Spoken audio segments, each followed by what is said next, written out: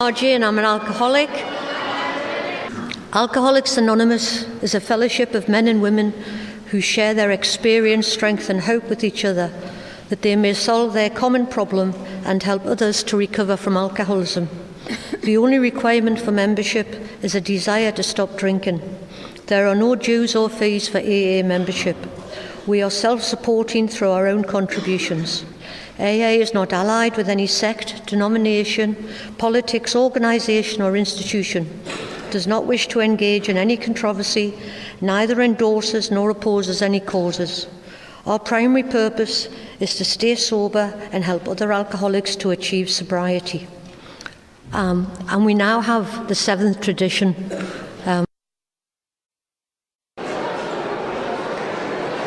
Good morning again, everyone. If we could just settle down. I think the pot's gone round everywhere, as far as I'm aware. When we get asked to do this, they ask you what your home group is. And I'm glad they don't ask where you come from, because I've got an accent that tells you I'm from Newcastle or Gateshead. I live in Sussex, East Sussex, and right on the coast. I spent a few years getting to know a lot of people in Brighton. But the last 5-6 months, my home group's been in Leamington Spa. I have a very sick daughter there that I've been looking after, and my 2.5-year-old grandson. But very fortunately, I'm able to be here today, which is fantastic. And now that it actually just leaves me to introduce our first speaker tonight, who has the same accent as me, almost, which is a nice little comfort beside us. So I'd like to introduce Tony from Yarm.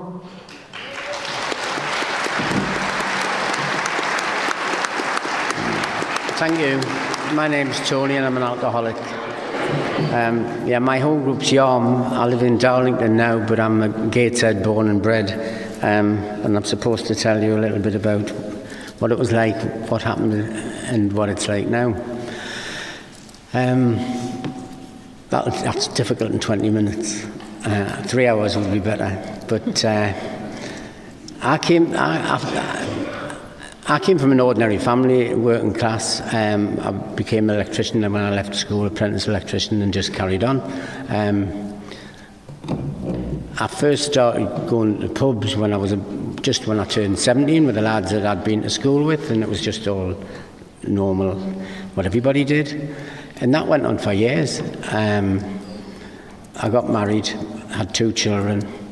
I believe I didn't cross the line into alcoholism until I was 39 years of age, and it feels like as if it was an overnight thing. But a lot of what I say is with hindsight. I can't put a reason or explain. I couldn't explain things back then, but I know more about my life and what I'm like. I've learned a lot about myself since I've been in the fellowship. As I say, my first wife decided the grass was greener on the other side of the fence, so to speak, and left me with 2 kids. And I still had a full-time job. And I was drinking. I was drinking since I was 17, but it was what people call social drinking. Talking about it with people over the years, it's been suggested that I just drank too often for too many years, but never in great quantities at one sitting, as it were. And that may be the case, but I think deep down I feel as if I was an alcoholic waiting to happen. I didn't know any of this when I was younger. I didn't sort of flag it up, but I recognised straight away when I heard people in the rooms talk about not quite fitting in and having low self-esteem. It's so common throughout the rooms with all sorts of people I've spoken to. Anyway, I got married again, and then she decided the grass was green on the other side, and she left. As it happened, she came back again, but she left for 4 months, and I virtually turned into an alcoholic overnight when she left. And somebody very famous once said that to lose one wife could be called unfortunate, but to lose two is just careless, you know. And I was very careless. But at that point, I started drinking. I was self-employed, so there was no restrictions on when I could or couldn't drink, so that made it a lot easier. And I was drinking during the day from the word go. I was very quickly had to have some vodka first thing in the morning just to get me going. The self-employed business didn't last very long after that, and I had to sell the house, and the wife came back at that point to a raging alcoholic, but it was really, really hard work hiding it. She knew I drank too much, but not to the extent until later on.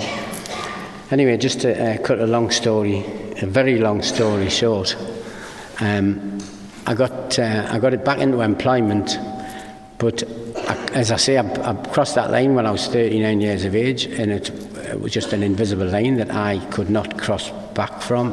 I just could not do anything about it.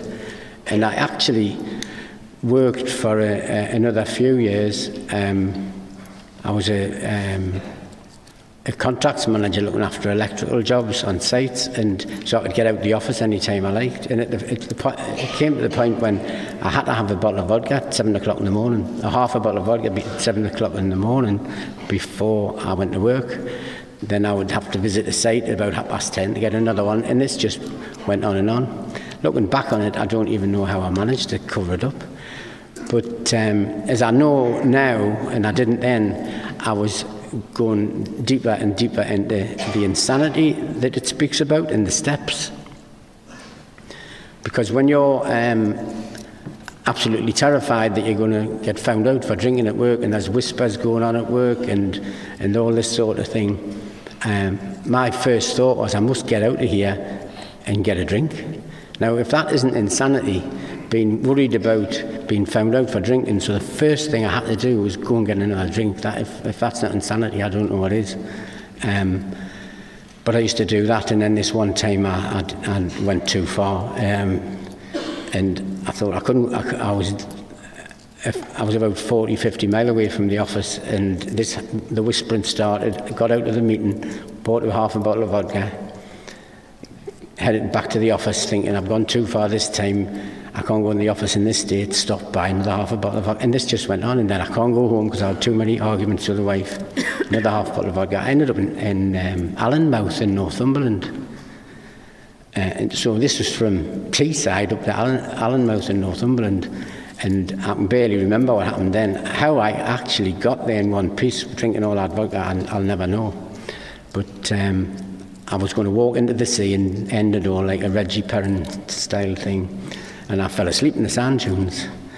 And I managed to stagger back into the town. Anyway, I was picked up by the police in this hotel lobby trying to get warm because it was January. And they took us to St George's mental hospital in Morpeth. And at that point, I was thrown out a bit, and I was slightly sobering up, and I said to them, you can take me home now, I'm fine. But they just laughed, and they put me into St George's and transferred me to a mental hospital in Gateshead, the Tranwell unit, and I was sectioned. Now, I never drank again for nearly 2 years because of the fright or fear, I suppose. But anyway, I eventually got out of there. And it came to December 1999, and everybody was going to have a party. So I thought, well, I'm going to join in, and nobody in the family seemed to object. So I had a drink at the Christmas just to get a bit of practice as you would, you know. And then we had the big New Year's Eve party, Millennium Party, and nothing happened. It was fine. I thought, well, it's fine. But if you fast forward to the February, I arrived back home on the driveway with a company car with a half a bottle of vodka under the car seat. And I thought, and just thinking, how the hell has that happened again? I couldn't believe it. I was back to square one. And I managed to try and struggle on till 2001, hiding it. And that was really, really hard work. You all know what it's like, trying to... you're in a marriage or a relationship, and you're trying to drink and hide the quantities you're drinking. But when I got sacked from work, my family sort of said I had to do something about the drink and everything, and that's the first time I came to AA. And I'd like to say I've been sober since then, but I haven't. I messed about with this programme, really. I was different to you people. It was a lovely place, lovely meetings, and I made friends. Everybody was nice, but you were all different to me. That was the thing. And it wasn't until I came back that I realised, somebody told me I was suffering from a secondary illness called terminal uniqueness. So, and that really struck a chord with me. I basically lost 2003 to 2008 and sort of disappeared. I'd heard all about the yets in the rooms when I was in the first time. I hadn't done any of them apart from losing a job, which I quickly got another one. But when I sort of tailed off the meetings and I was picking up all the time and I couldn't get it, and then when the wife decided she'd had enough for good and it was going to be divorce, that was the green light to just go for it. And I didn't get sacked because I just didn't go back to work. I actually just didn't go back to work. I just went on the sick until that ran out and I wasn't employed anymore. And very, very, very quickly, all the yets happened. I lost my marriage, my house, my job, my driving licence, everything went. The only thing I got was a criminal record, because I'd never been in trouble with the police before. I lost my driving licence and I got caught.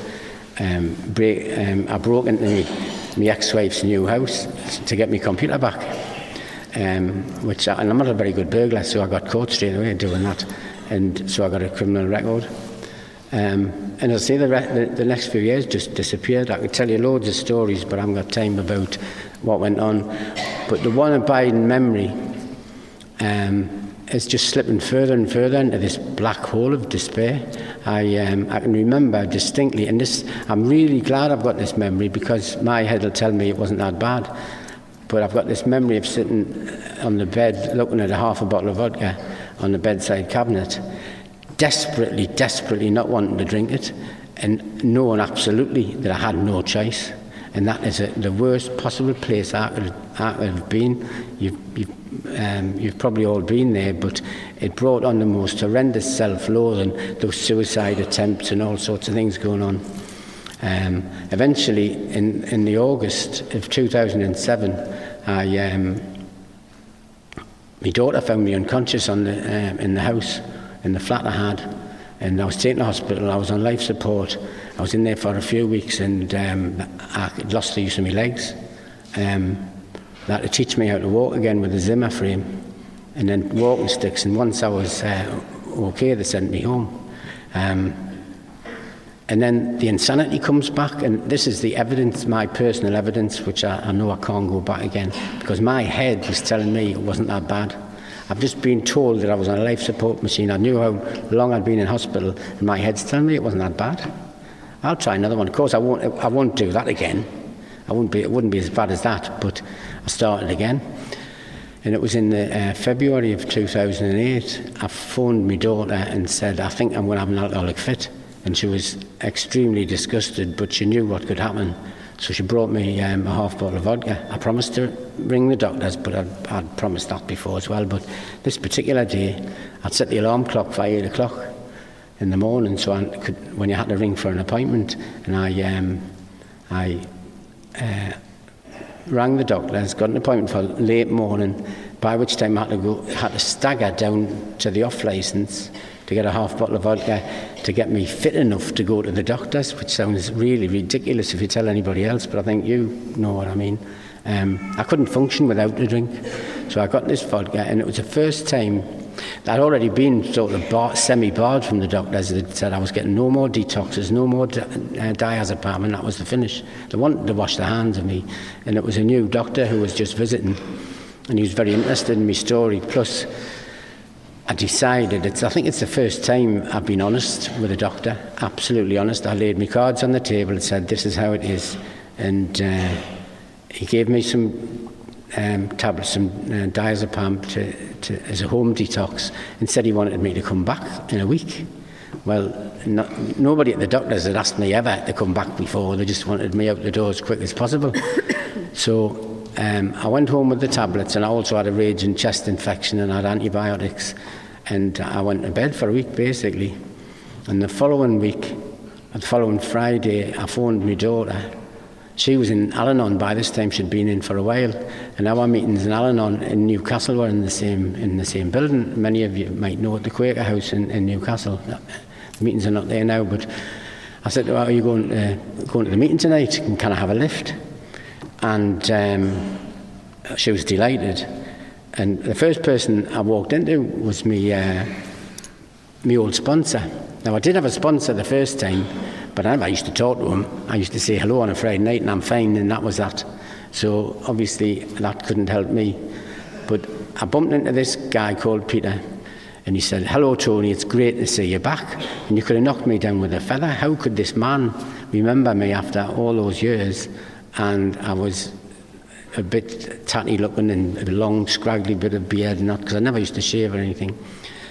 And I honestly believe that the God of my understanding took away the compulsion to drink that night when I walked in there.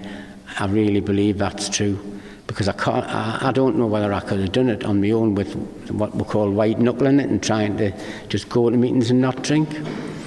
I remember waking up the next morning, and my very, very first thought was, where have I put my meetings list? Where the previous thoughts of every coming to morning would be, 1, have I got any drink left? Don't be stupid, you'll have drank it all. And 2, and the next thought was, have I got any money for some more drink? Or where can I get some money for drink? I once sold a very expensive camera before the days of digital cameras, an Olympus SLR camera, and all the attachments and everything. And it was hundreds and hundreds and hundreds of pounds worth. I got 35 quid for it at the second-hand shop, I do remember. And the elation I felt, I hadn't even had a drink at this point, but I was desperate for one, but the elation I felt just because I had money in my pocket for drink was unbelievable. And then I sort of lost the next 2 or 3 days, and there was empty vodka bottles lying all over the place. But we talk about it being cunning, baffling and powerful. To get that high before I'd even got to the shop and bought the stuff, just because I had the money in my pocket, was unbelievable. But anyway, when I got, as I say, it was the February 2008, and I just kept going to meetings and kept going to meetings and kept going to meetings. As I said, I'd been to meetings before. I'd bought the books, and I'd read them. And then I started reading them again, and it was as if they'd been translated from ordinary English into Tony language, because they suddenly started making sense. I couldn't believe it. I did 100 meetings in 76 days, and then I stopped counting. I'm not boasting about that. I was just writing everything in a diary, because I had to keep a diary for the doctor asked us to keep a diary about me health. But one of the reasons I went to meetings, so many meetings, because I didn't trust myself and I felt safe in a meeting. If I was in a meeting 3 times in one day, that was a large chunk of that day that I couldn't possibly drink, and that's the way I did it. But what kept me sick so long, and I know now, is resentments. My second wife, who had the affair and then came back, I had a massive resentment, and the more I drank, the more that fueled the resentment. It's like the saying I've heard, it's like drinking poison and expecting the other person to die, and it's never going to happen. I can imagine, I can picture myself sitting in my flat guzzling alcohol and calling her worse, and thinking of the most horrendous things I wanted to do to that woman. It was awful, and that resentment kept me sick for years. And I remember standing outside the Rossetti at half-time, that's the meeting house in Newcastle, and a thought suddenly came to me, and that thought said, that woman's not bad, she's okay. And it was such a shock. I sort of looked around to see who was speaking. I wasn't hearing voices, by the way. I was hopefully on the road to recovering from insanity. But it was such a thought out of the blue. But I had to agree with that thought. This woman that I'd hated with a passion for years, and everything, all the problems of the world were her fault, never mind just my alcoholism. Everything was her fault. And she was okay. She'd given me a daughter. And we did, previous to me going over the edge and her having the affair, we'd had a reasonable time. And it's just amazing the fact that it's the resentment that kept me sick for all that length of time. Bill W. says in the book, resentment is the #1 offender when it comes to picking a drink up again. And I've spoken to lots and lots of people in the fellowship since I've been back this time, talking about resentments and the fact that you know, to pray for somebody that you cannot stand absolutely works, and I can guarantee that 100%. It did for me, and so I don't see why it shouldn't work for you. And the way I get past my ups and downs in life these days and resentments, there's a couple of questions I always ask myself. And this works really well in the work environment when there's all sorts of office politics and this, that and the other going on. I ask myself, do I want to be right or do I want to be happy? Do I want to be right or do I want to be happy? And I'm all that, and they can think what they like as long as I'm happy. And the next question I always ask myself is, does it really matter? Try it sometime. When you're in a conflict in your own head, ask yourself that question. Does it really matter? And you can almost always come up with the answer that no, it doesn't. And I tell people this in the rooms all the time. And the other thing I always think of is it is what it is. I can't change people, places and things. I've heard some fabulous things in the rooms. Whatever I say is I'm just repeating what I've heard other alcoholics say before me. I've got no new wisdom. It's all what I've heard before. I heard a guy say, I can't change my thinking with my thinking. And I thought, that's amazing, that. Where did that come from? And it's so simple, but it's so true. When I was drinking, I have to go back to when I was drinking, and I can recognise my thinking was absolutely delusional. Nothing of what I thought was true. And it's all these things that I've heard in the rooms that prove to me that's true. And I also know that I have to keep coming back to meetings. I keep coming back to meetings because I love meetings and I love meeting all my friends. But I also know I've got to keep coming back to meetings to stay well. I was diagnosed with type 1 diabetes a year after I got sober because I damaged my pancreas, and I've got to take insulin every day. Now, if I don't take my insulin, I'll die. And it's the same for me, just for me, it's the same with meetings. If I don't keep up my meetings and work this programme, I will die. My head will start telling me lies again. And that's why I come back to meetings, to stay sober.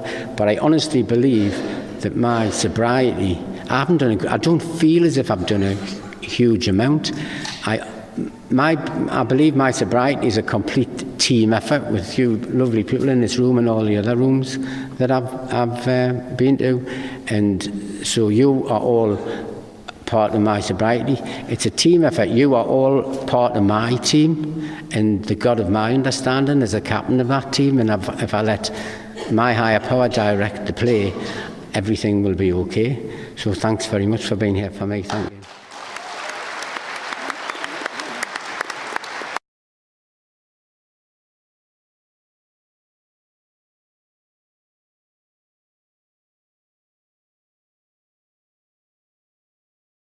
Thank you, Tony.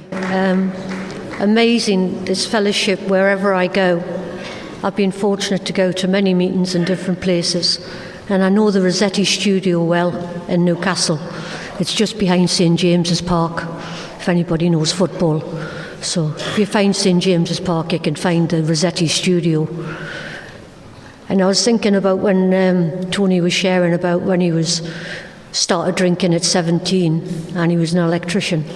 My first boyfriend was an electrician, and I was 17, and I started drinking and went round all the clubs up north but we didn't bump into each other, I don't think.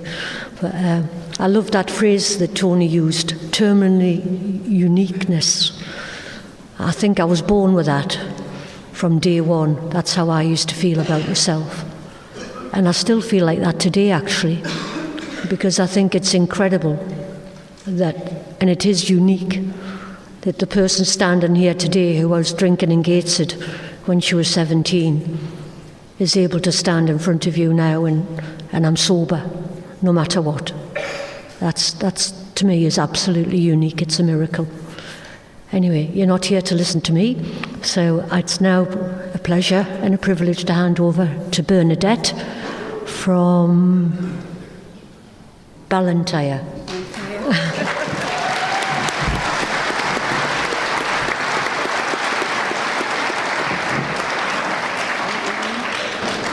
Good morning, friends. My name's Bernie and I'm an alcoholic. I'd like to welcome you all to this meeting of Alcoholics Anonymous. I'll not say I'm glad to be up here, but I'm glad to be at Dumfries. And I'll thank Tony for sharing with us, no problem identifying with him. I've been asked with Betty to come up here and share my experience, strength and hope, and that's what I'll try and do, and I've only got 20 minutes, so I'll need to kind of condense what I've got. But my name is Bernie, I'm an alcoholic. I come from a wee place called Blantyre, in between Hamilton and East Kilbride. And I'm one of 5. I've got 2 brothers and 2 sisters, and I'm the only alcoholic out the 5 siblings. My mum and dad were both alcoholics. My dad's 35 years sober in this fellowship, and he's been a good help to me. You know, we've shared a bit, and I've never shared my experience or anything with him because he didn't want me to, and he felt that my journey was my journey, you know. But I just grew up there, and things happened in the alcoholic home. There was parties, there were fighting, there were a lot of things went on, and things a wee girl should never have seen. And I had to take that all into my family when I started drinking. And I never ever thought that I would slip my way and see things that I seen, and probably they seen worse. I left and went to Ireland when I was 16, and I lived with my auntie. Our man was in the armed forces, and I drunk there, and I drunk black rum and coke, and I worked in a wee shirt factory in Lurgan, and I went home on a Saturday, would have a wee drink, and the bottle would get put away. I didn't have the illness. Well, I believe the illness was there, but it was just growing. And then I came home and I went to Germany to live with when I was 19, and I started drinking there, and my drinking took a big turn there. I was taking blackouts. I didn't know what they were, but I knew coming to the fellowship the day what blackouts are. And I was falling asleep in a toilet, and my uncle couldn't get in to go to his work in the morning. But my auntie never put up for that for long. She shipped me home. And by that time, my parents had came here, and I seen a big change in the house. And then after that, me and my brother, we were the only 2 left in the house because all the other ones had left, apart from my younger sister. And that was the last drink we had to have in that house. No because we were told not to, just because my dad and that were coming to Alcoholics Anonymous, and we didn't think it was right to drink in the house. But my life progressed for there, and I had 3 kids, and I've got 2 boys and a girl. And my marriage split up when I had my daughter. She was 10 months old, and my kids were all under 5. I was left with 3 kids under 5, and that's when my drinking really kicked in. I would do things with my kids, like go to playgroup, mother and toddler. I'd go to school trips. I'd do parent helper at school. And I started at night just having a wee drink to get a wee sleep. And that's where it started for me. And then the progression got worse and worse. You all know what it's like, you know. I'd get the weans in at night, and I'd get them to bed, and I'd sit with a bottle down the side of the chair, and I'd sit and I'd drink. And that was the way it went. The playgroups, the mother and toddlers, the school trips, the parent helper all went out of my life. And I kind of worked it out. That was, my boy was about 11, I got a new house. And I stopped doing all that because the drink had got a grip of me by that time. I got a wee house up beside my father. He was always keeping an eye on me. He was there every day. The rest of my family weren't. They had kind of walked away by this time. But if I needed them, I knew they would always be there. Because no matter what I'd done in my drinking, my family were always there, and they always come back the next day, and nothing was ever said about it. You know, they just carried on as if it was part of my life by that time. And by this time I was like smashing up my house, and I used to play the records, you know, and my wee daughter would get up in the morning and she would clean it all up before my dad came round. Maybe I'd smashed the table the night before, maybe I'd threw a pot of mince off the wall, maybe I'd broke the remote controls, because my kids says they knew that when I was going to start, because I started putting that angry voice on, you know, and then I would just let rip. You know, and my kids used to go out and I used to follow them, and my boy used to say to me, "Mum, don't follow us, you're embarrassing us in front of your friends." I was drunk, I didn't care. I didn't care about anybody when I was drinking apart from myself. Did I think I was an alcoholic? No. Did I think I had a problem with my drink? Aye, just a wee one. I liked a good drink, you know.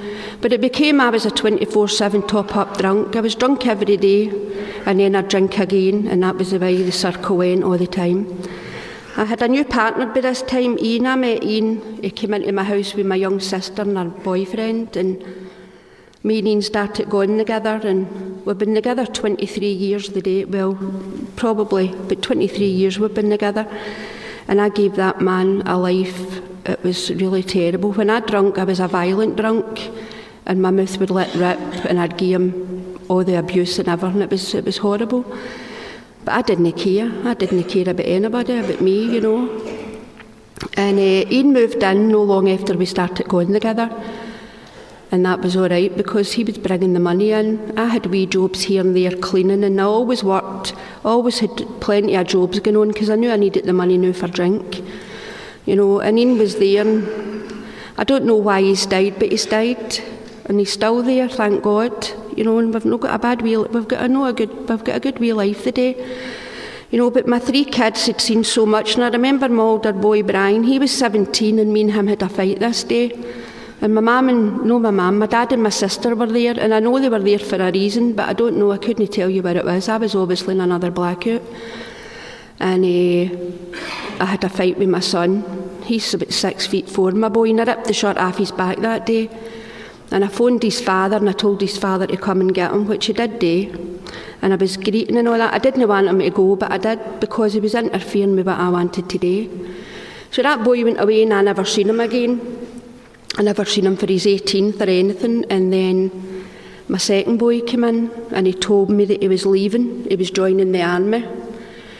And I signed the papers. He was 16 and a half, and that's what I done. I signed the papers to let my son join the army. And I was saying to Tony there, he comes from Darlington. That's where my boy done his training in Darlington. And I remember I went there for his parents' day, and I was drunk. I went in the train with my father and Ian and my sons and my brother, and I was drunk that day. I was drunk every day.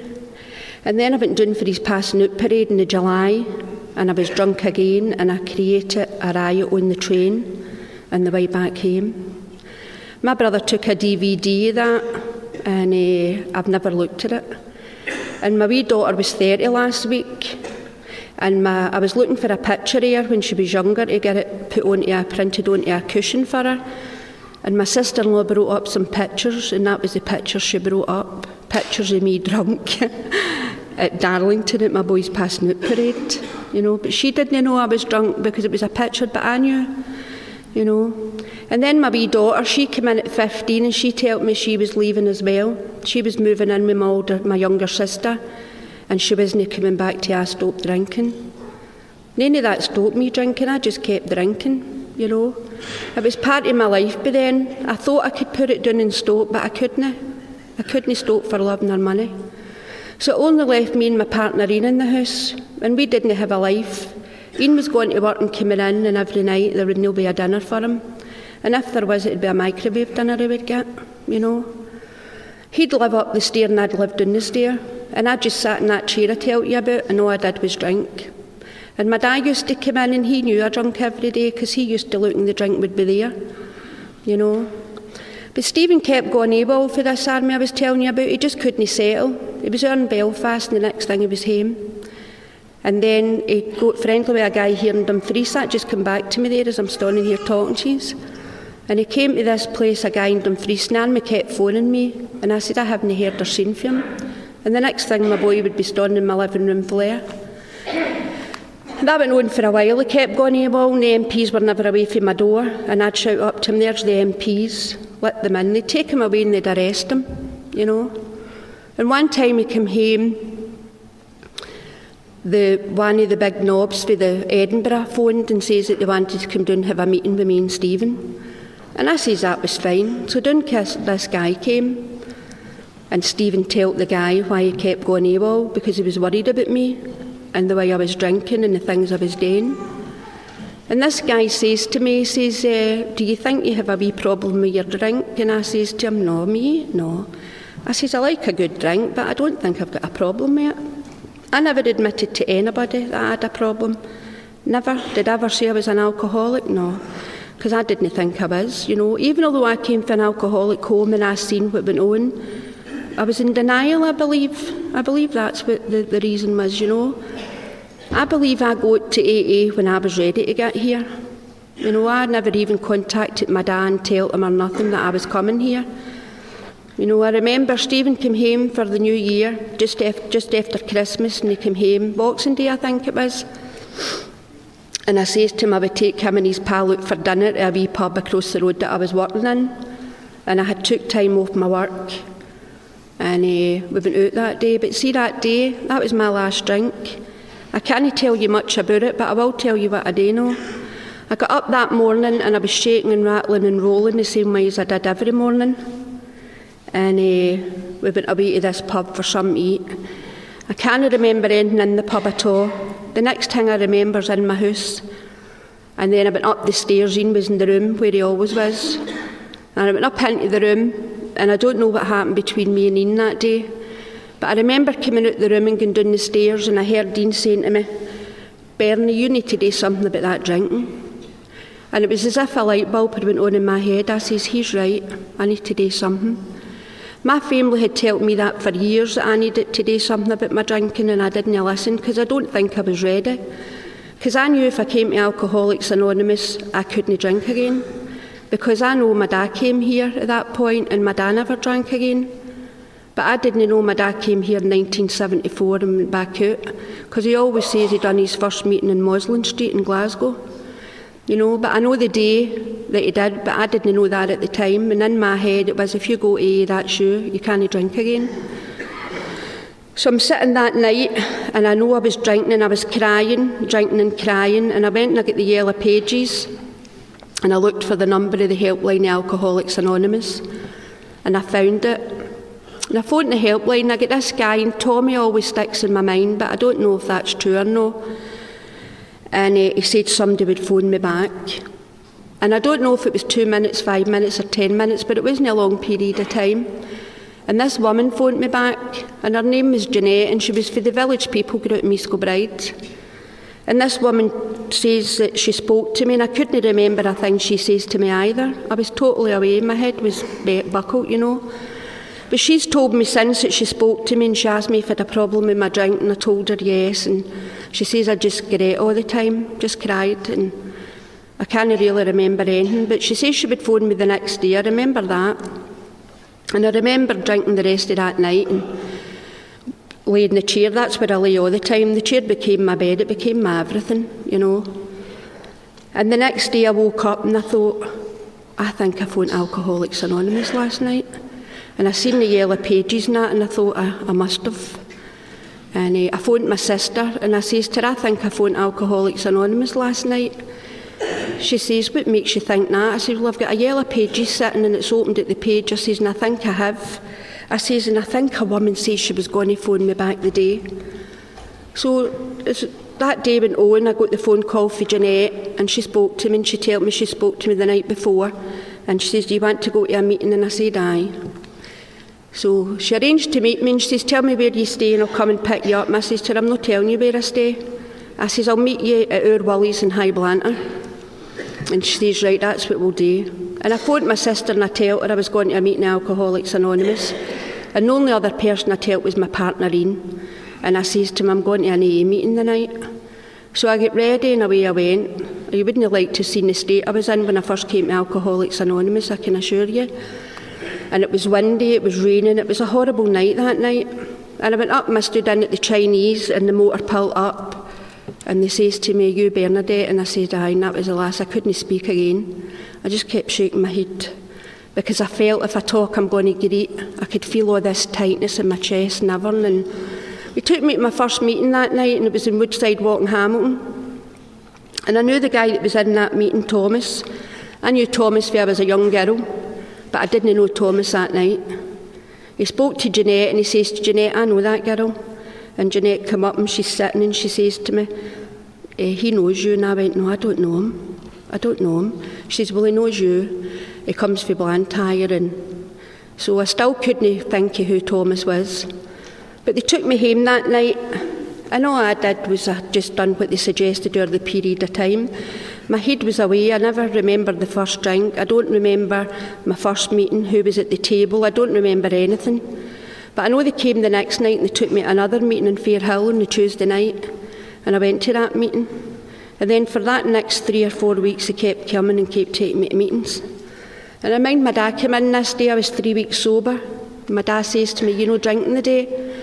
I says, no. And he kept looking down the side of the chair and he kept saying, why are you not drinking the day?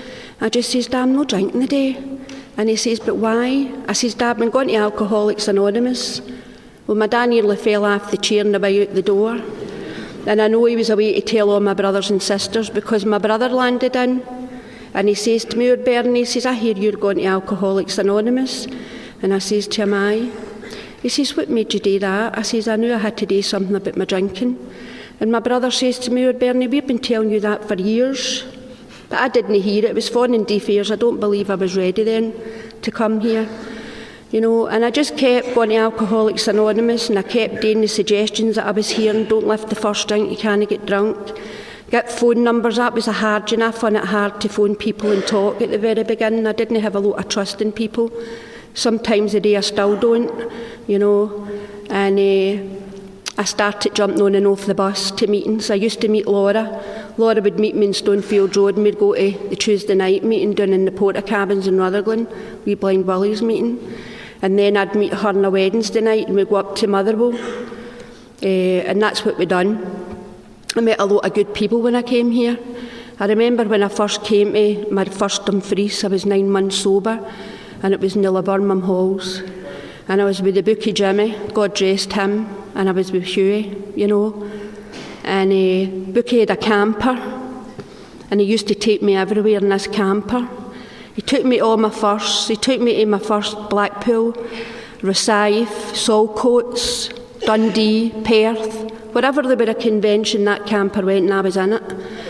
Because when I first came here, I didn't have 2 pennies to rub together, and I didn't have the money, really, being honest with you. And Hughie says a funny thing to me. He says, Bernie, sees the time goes on, you be good to yourself in AA. He says, no, why? He says, because you'll get a wee bit of financial security, he says, and you'll no need to go in the camper anymore. But I still kept going in the camper up to the Bookie died, you know. But I still went. I met Linda when I first came here, and me and her got a friendship together, and we'd go to the Obans together, and we'd done a lot of things together, and we go to the World Convention in Atlanta together, you know, and we're here together, you know, and we've been good friends all these years. And I've met a lot of wonderful people in here. You know, AA's been so good, you know. My first year in sobriety, all my family came to my birthday, everybody. My nieces, my great nieces, my father, my sisters, everybody, you know. And my father spoke at my first birthday, and he thanked Alcoholics Anonymous for giving him his daughter back. My wee niece was there. She's coming in 18, and she says to me, Auntie Bernie, how have you got 2 birthdays? And I says to her, because I'm special, I'm like the Queen. And we were in my sister's one day, and people were talking about birthdays, and this wee girl, remember at that time, was only 4, and she's pulling at my sister's jacket, and the house was full, and she's saying, my Auntie Bernie's got 2 birthdays, you know. And nobody's listening to her, and she's screaming it, you know. But I know my family's proud of me the day. My wee daughter told me, Mum, just doing what you're doing. And I remember I was 10 years sober, 10 years, so a day at a time, you know. She had a party for me, and I didn't know. I'm standing in the kitchen on the Sunday, putting the dinner out. We get a dinner the day, and my man makes it.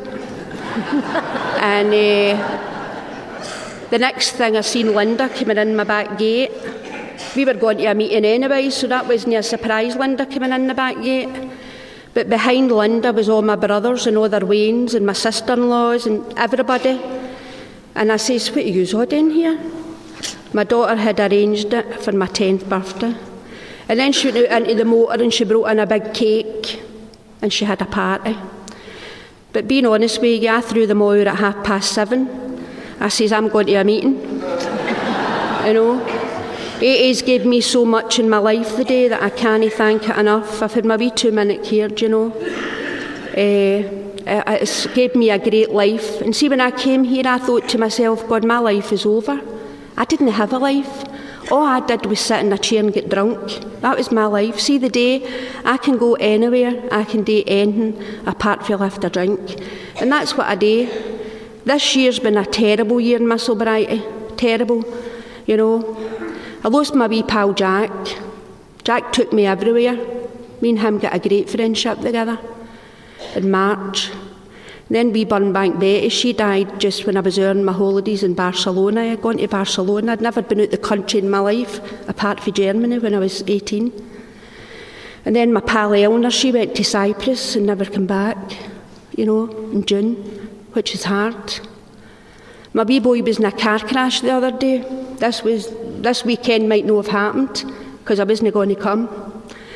I got a phone call at my work on Wednesday. He was up on the Whitey Thursday to go out to Orkney for his work. And he had a smash in the A9 and I had to drive. Me and my daughter, I don't drive, so we had to drive all the way up to Inverness and he was in a hospital up there. And we got him out. And when we went back up on the Thursday to get the stuff out the car, the guy couldn't believe that my son was still alive. He says, how did you get out of that alive? The motor was in half. You should have seen this. Unbelievable. Do you know what I said to him? God was on your side. And I believe that.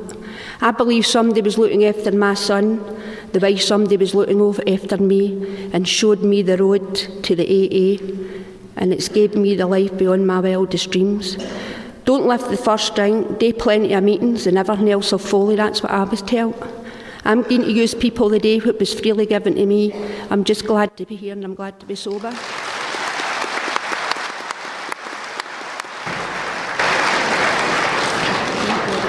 Thank you, Bernadette. It was a powerful share, and I was just thinking I spent most of my life promising myself I'd never be like my mother and I'd never be an alcoholic. And my mother went to a mental institution up near Morpeth. It was called Stannington, and it's not there anymore. And she died when she was in her 50s. I married an alcoholic, and I wasn't an alcoholic like him. I definitely wasn't an alcoholic, full stop. And he got sober. And I went to Al-Anon for 9 years in denial. And eventually I got sober. And after a few years I drank again. And I've been sober since my last drunk, which was in November 1999. And I've had a tough year as well.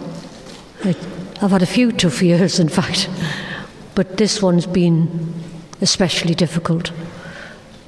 I got a phone call, and it wasn't an accident of one of my children this time. It was my eldest daughter was diagnosed with a grade 4 brain tumour. It's inoperable. And she's lost her sight. She's going blind. And recently, very recently, why I'm able to be here, I had to call 999 and she's gone to hospital because she became psychotic. And the last time I saw any demonstration of that psychotic behaviour was with my mother all those years ago.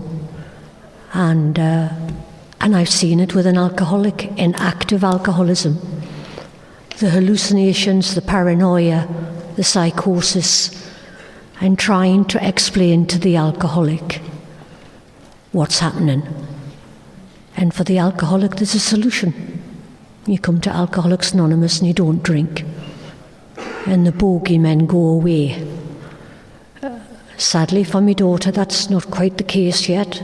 She's not an alcoholic, but she's in the madness of her illness for what it is. But because she's in hospital, I was able to come here, and I'm very grateful for that, because it's this fellowship that keeps me sober and standing here today. Anyway, I'm extremely privileged to have this honour, but now I can hand it over to somebody else. And this is Tony from Pimlico.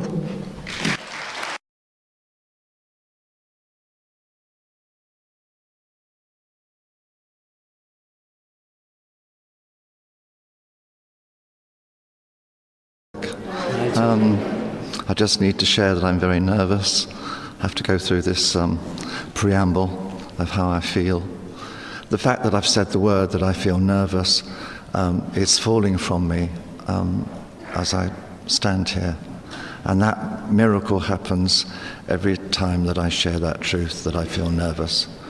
And it reminds me of the life before I came here, when I couldn't share with another human being, let alone a room full of people, how I felt. I just couldn't do it. It didn't happen, it couldn't happen, it was never going to happen.